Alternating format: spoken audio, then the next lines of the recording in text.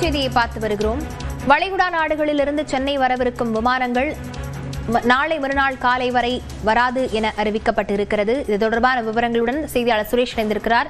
சுரேஷ், என்ன அறிவிப்பு வெளியிடப்பட்டிருக்கிறது? அதாவது இஸ்ரோ நாட்டில் போர் பதட்டம் காரணமாக சென்னை விமான நிலையத்திலிருந்து மத்திய கிழக்கு பகுதிகளுக்கு இயக்கப்படும் விமானங்கள் இரண்டாவது நாளாக பாதிக்கப்பட்டுள்ளது. குறிப்பாக சென்னை விமான நிலையத்தில் இரண்டாவது நாளாக பாதிக்கப்படும் விமானமானது துபாய், அபுதாபி, சார்ஜா, குவைத், மஸ்கட் உள்ளிட்ட நாடுகளுக்கு செல்ல வேண்டிய 17 புறப்பாடு விமானங்களும் அதே நேரம் அந்தந்த நாடுகளிலிருந்து வரக்கூடிய 16 விமானங்கள் என 30 விமானங்கள் ரத்து செய்யப்பட்டதால் விமான நிலையங்கள் தற்போது தகவலான வெளியிட்டுள்ளது. இந்த விமான ரத்து எண்ணிக்கை மேலும் அதிகரிக்க வாய்ப்புள்ளதாகவும், எனவே விமான நிலையத்தில் வரக்கூடிய பயணிகள், விமான நிலைய அதிகாரிகள் மற்றும் அந்தந்த நிறுவனங்களுக்கு தொலைபேசி தொடர்பு கொண்டு விமான பயணத்தை மேற்கொள்ள வேண்டும் என விமான நிலைய அதிகாரி தற்போது தகவல் வெளியிட்டது.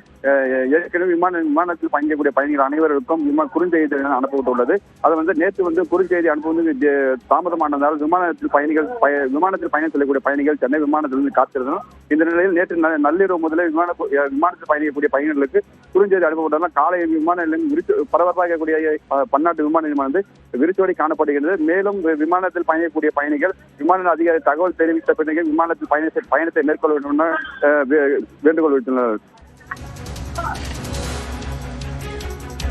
விவரங்களுக்கு நன்றி சுரேஷ்.